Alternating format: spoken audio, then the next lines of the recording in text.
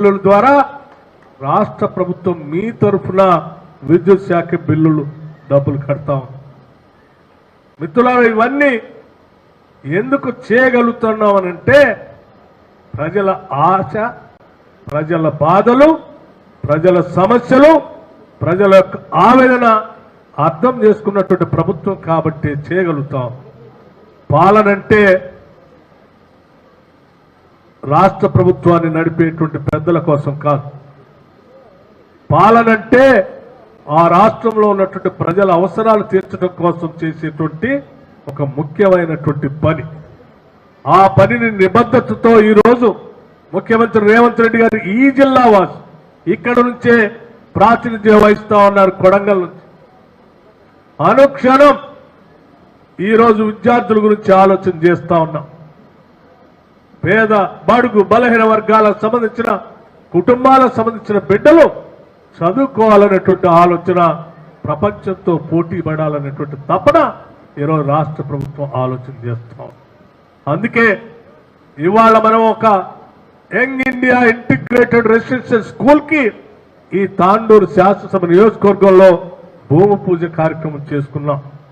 ఇదేదో ఆషామాషి స్కూల్ కాదు. ఇది 25 ఎకరాల ప్రాంగణంలో 200 కోట్ల రూపాయలతో నిర్మించుకునేటువంటి ఈ పాఠశాల ప్రపంచంతో పోటీ పడే స్థాయిలో అక్కడ అన్ని వెసులుబాట్లు కల్పిస్తూ ఇంగ్లీష్ మీడియం, ఇంటర్నేషనల్ స్టాండర్డ్ ఈ తాండూరులో ఆ పాఠశాల నిర్మించుకొని భవిష్యత్తులో ఇక్కడ తయారయ్యేటువంటి విద్యార్థులు ప్రపంచంతో పోటీ పడే స్థాయికి ఎదగాలనేటువంటి ఆలోచనతోనే ఈరోజు రాష్ట్ర ప్రభుత్వం 104 స్కూల్స్, ఇటువంటి స్కూల్స్ ఈ సంవత్సరమే శాంక్షన్ చేసుకొని ప్రతి శాసన నియోజకవర్గంలో కనీసం ఒక్కటికి తగ్గకుండా ఇవాళ మనం ఈ పనులు మొదలుపెట్టుకుని ముందుకు పోతా ఉన్నాం.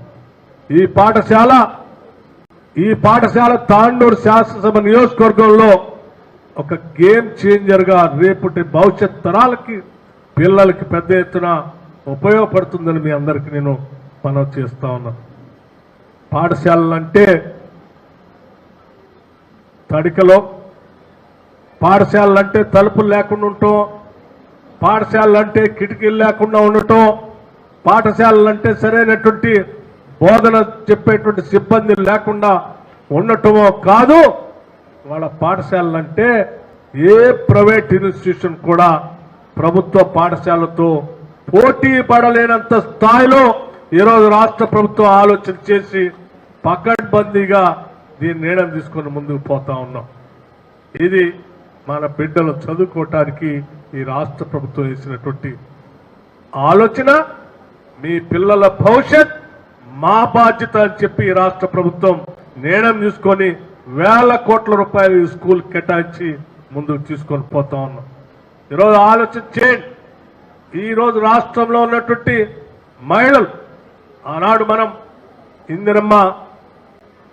ఇందిరా క్రాంతి పథకం అని పెట్టుకొని మహిళలందరికీ వడ్డీ లేని రుణాలు ఇచ్చేటువంటి వాళ్ళు. 10 సంవత్సరాలు వడ్డీ లేని రుణాలని మహిళలందరూ కూడా కోల్పోయారు. దాని గురించి ఆలోచన లేదు. తిరిగి మన ప్రభుత్వం రాగానే ఆలోచన చేశాం. జనాభాలో సగభాగం ఉన్నటువంటి మహిళలందరికీ వడ్డీ లేని రుణాలు ఇవ్వాలని 21,000 కోట్ల రూపాయలు ఈ సంవత్సరమే వడ్డీ లేని రుణాలు ఇచ్చి 5 సంవత్సరాల్లో 1,00,000 కోట్ల రూపాయలు, 5 సంవత్సరాల్లో 1,00,000 కోట్ల రూపాయల్ని వడ్డీ లేని రుణాల్ని మహిళలందరికీ పంపిణీ చేసి కనీసం 1 కోటి మంది మహిళల్ని కోటీశ్వరులు చేయాలని రాష్ట్ర ముఖ్యమంత్రి గారు ప్రకటన చేసిన కార్యక్రమాన్ని ఈరోజు ముందుకు తీసుకొని పోతా ఉన్నాం. అందులో భాగంగానే మహిళలందరికీ ఆర్టీసీ సంబంధించిన బస్సులు కొనిపిస్తా ఉన్నాం. ఆ బస్సుల్ని ఆర్టీసీకి పెడతా ఉన్నాం. ఆర్టీసీ ద్వారా వచ్చే ఆదాయం మీకు వ్యాపారంగా మీకు వచ్చే ఆదాయంగా చూపిస్తా ఉన్నాం. ఈరోజు రాష్ట్ర ప్రభుత్వం సోలార్ పవర్ ప్లాంట్లు పెడతా ఉంటే మహిళా సంఘాలకు అత్యధిక ప్రాధాన్యత ఇచ్చి మీ అందరి చేత సోలార్ పవర్ ప్లాంట్లు పెట్టించాలన్నటువంటి ఆలోచనతో పోతా ఉన్నాం.